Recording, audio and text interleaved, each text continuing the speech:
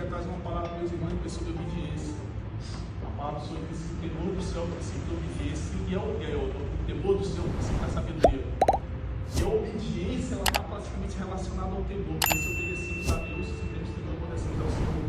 Eu creio que meus irmãos abrissem a Bíblia, 1 Samuel 15, versículo 22. Louvado seja o Senhor, que o Espírito Santo Deus vem falar grandemente aos nossos corações nessa noite, amém? A palavra do Senhor diz assim, 1 Samuel 15, versículo 22.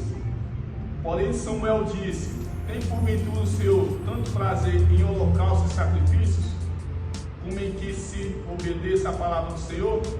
Eis que obedecer é melhor do que o sacrificar, e o atender é melhor do que a gordura de carneiros. Vou repetir uma parte aqui. Eis que obedecer é melhor do que o sacrificar. Glória a Deus, aleluia. Deus, quando criou o homem ali, quando criou o mundo, fez tudo perfeito. Ele chegou em determinada situação que faltava algo mais importante. O que ele criou? O ser humano, a sua imagem e semelhança. E ele chegou a dar autoridade ao ser humano.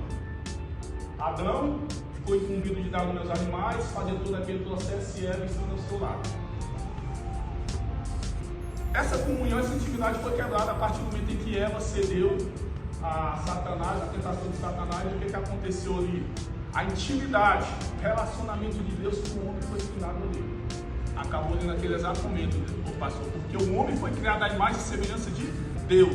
Então Deus criou o homem para que viesse em obediência para com ele e em intimidade para com ele. No entanto, o que Deus fez com o amor dele para com todos nós, irmãos? Ele decidiu restaurar essa comunhão. Por meio de quem? Do sacrifício de Jesus Cristo na cruz.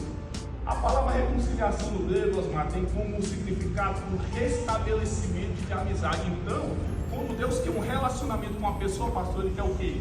Uma amizade, uma intimidade, uma cumplicidade.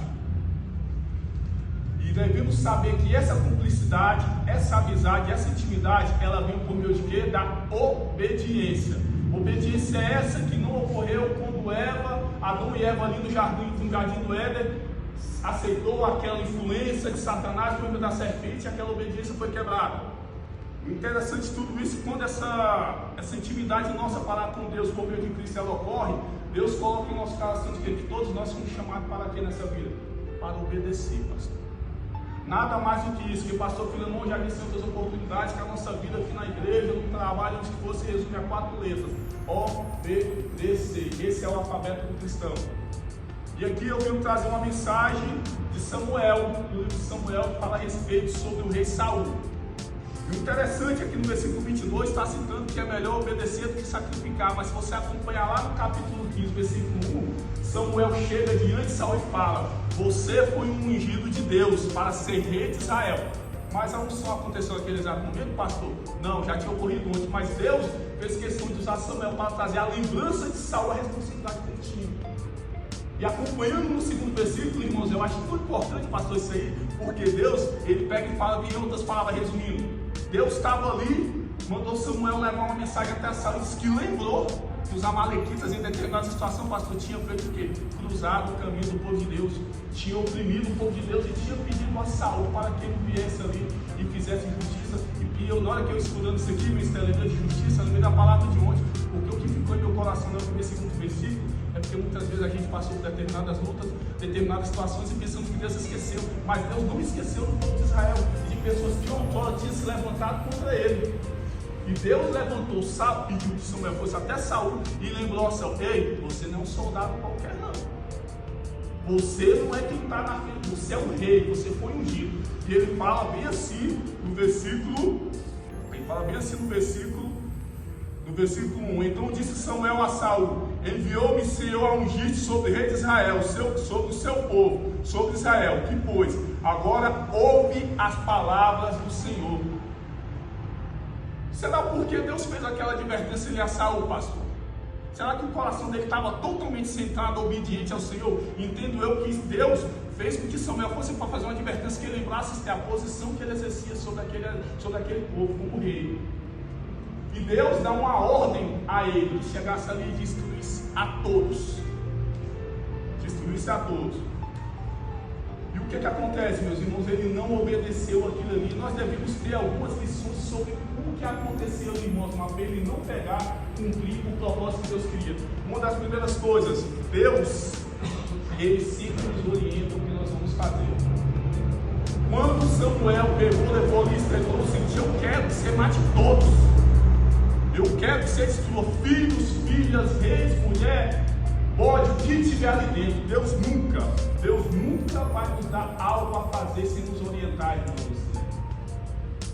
Deus não vai permitir, irmãos, mas que você venha aqui no altar do Senhor trazer uma palavra se não for com orientação dele, do Espírito Santo de Deus. Porque somos pessoas que temos como tendência a obedecer, porque fomos chamados para obedecer a palavra de Deus. Os nossos interesses, sabe o que impede, na verdade? O que impediu ali, irmão Esté, de Saul, meu querido pastor, ouvir ser obediente à palavra de Deus? Porque ele chega, ele pega, traz alguns bezerros, ele traz algumas coisas de lá, traz o rei Agag. E o interessante é que Deus é tão bom, porque quando você tem um espírito de obediência na tua vida, você cumpre o propósito que Deus quer que se cumpra. Sexta-feira passada, eu falei para o pastor que estava fazendo essa pregação, Deus usa o pastor para me falar sobre o que é você ter um espírito de obediência. Na hora que Saul chega com o rei Agag ali diante, o que Samuel faz? Samuel arranca a espada e mata, sabe por quê? Porque ele não poderia compactuar de modo algum com ele de Saul. Ele queria que a justiça dele prevalecesse ali no povo de Deus. E o que aconteceu? O interesse, dá-se a entender, isso é que o interesse de Saul prevaleceu mais do que a vontade de Deus. E isso impede, pastor, quando os nossos interesses, o nosso querer, qualquer coisa, ocupe o nosso lugar antes da vontade de Deus, isso vai permitir que a nossa vida seja um fracasso, que nada ocorra conforme nós esperamos. Porque foi o que aconteceu com Saul.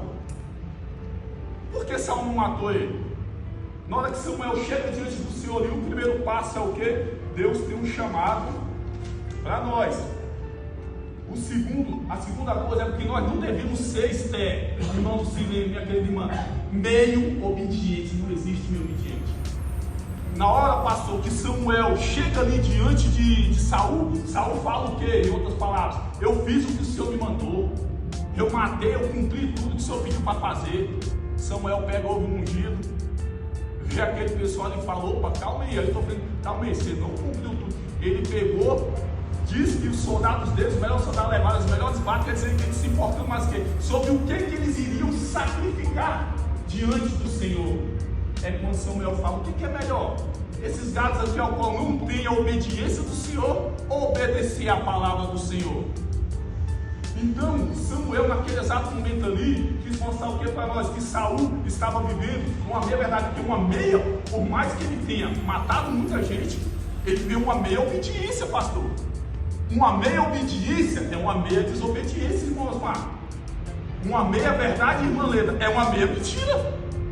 Então, naquele exato momento que ele pega, toma aquela atitude de querer se justificar, porque a justificativa, na verdade, ela não se iniciou no mundo ali, pastor. A justificativa ela se iniciou desde o Jardim do Éden, quando o Senhor fala sobre a transferência de culpa, de responsabilidade, por falta de desobediência. Aí o que acontece sobre a minha verdade? Porque isso é muito importante em nossas vidas. Nós não devemos ser bem obedientes, devemos ser totalmente obedientes à palavra de Deus. Moisés, vamos falar de Moisés aqui sobre obediência, e olha que Moisés não fez como Saul fez. Moisés perdeu a entrada na terra prometida, pastor, por não ter obedecido o que Deus falou, que ele obedeceu por meio e pela metade. Saiu água da rocha, não saiu? Mas Deus mandou ele bater? Mandou ele falar, então ele cumpriu o que Deus falou, mas pela metade do jeito que Deus queria, pastor. Então muitos de nós temos perdido a terra prometida, temos perdido o nosso reino, porque Saul só reconheceu que ele tinha pecado diante do Senhor quando Samuel chegou diante dele e deu a sentença que ele tinha perdido o reino pelas atitudes dele, pastor. É a palavra de Deus. Será que nós vamos ser necessário perder a nossa família, perder um filho, perder um parente, dar uma coisa para reconhecer que meias verdades, meias desobediências não agrada a Deus?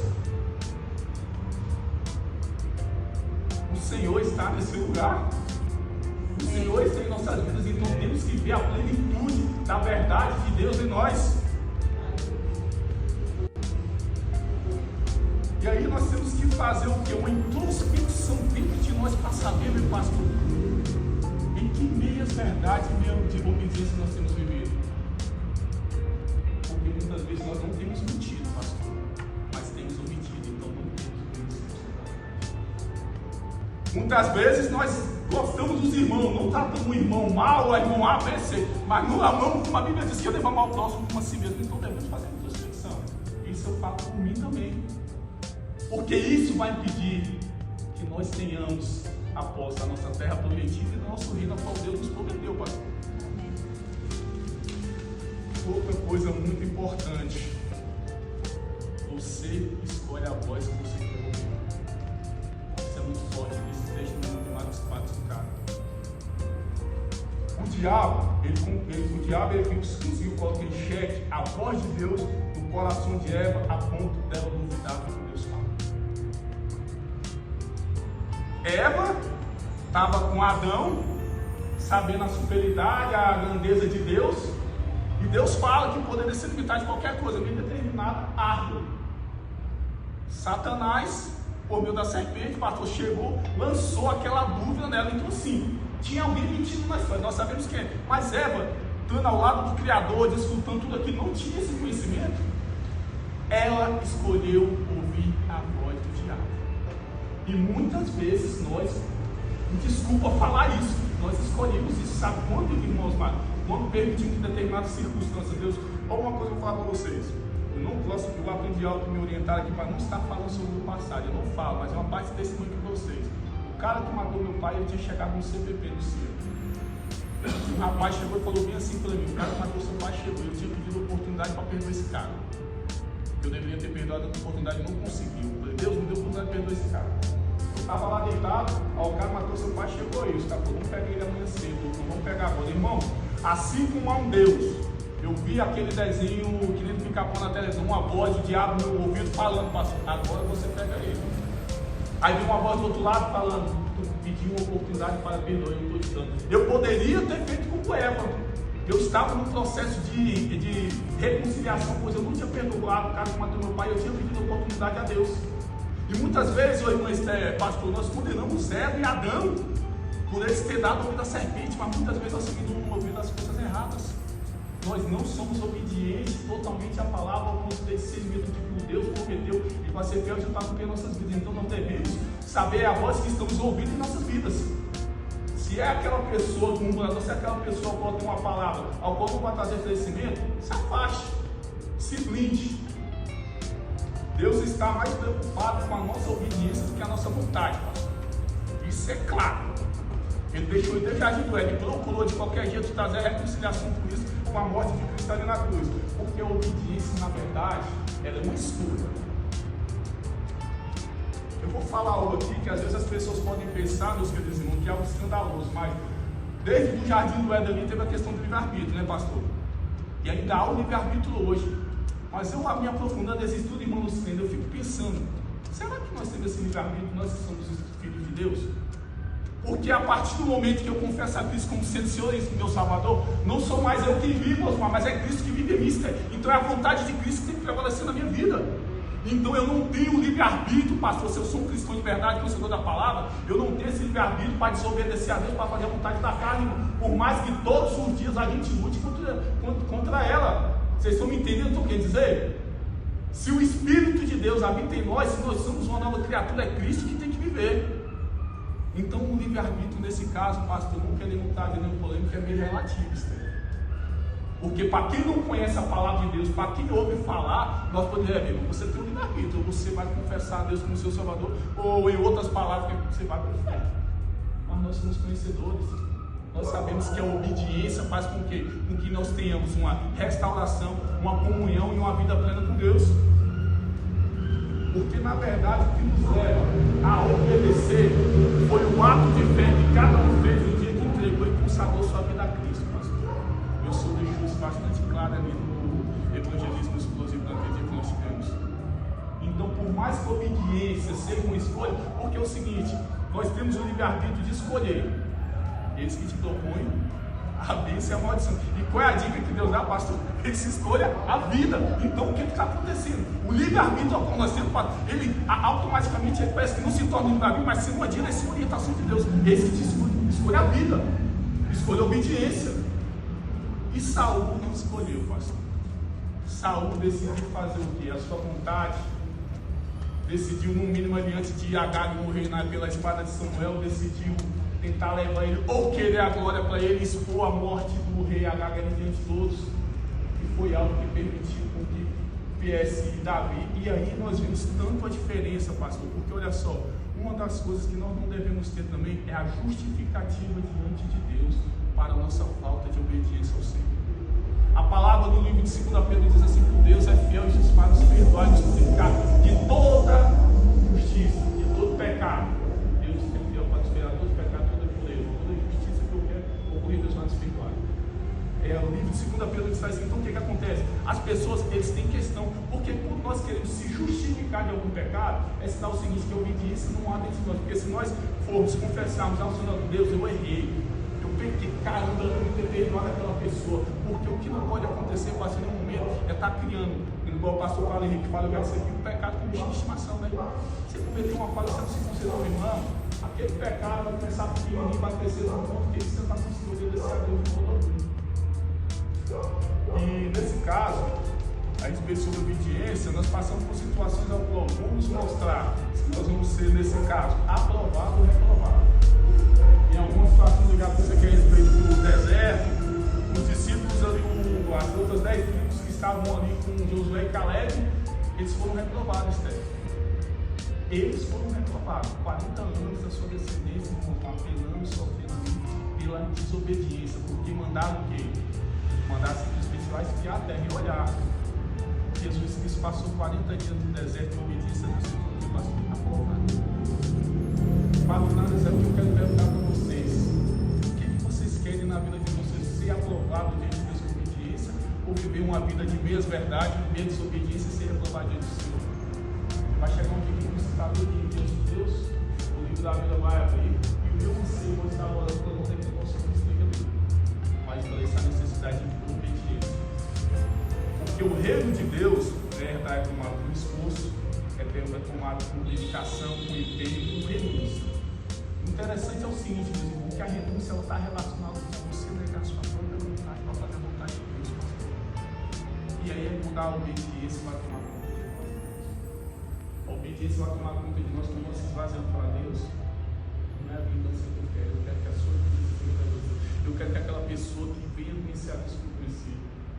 Deus, eu quero viver o amor ao qual o Senhor colocou no coração de Pedro e João para poder morrer pelo teu nome, para poder fazer como nos esvaziarmos e dedicarmos totalmente a nossa vida. Essa obediência.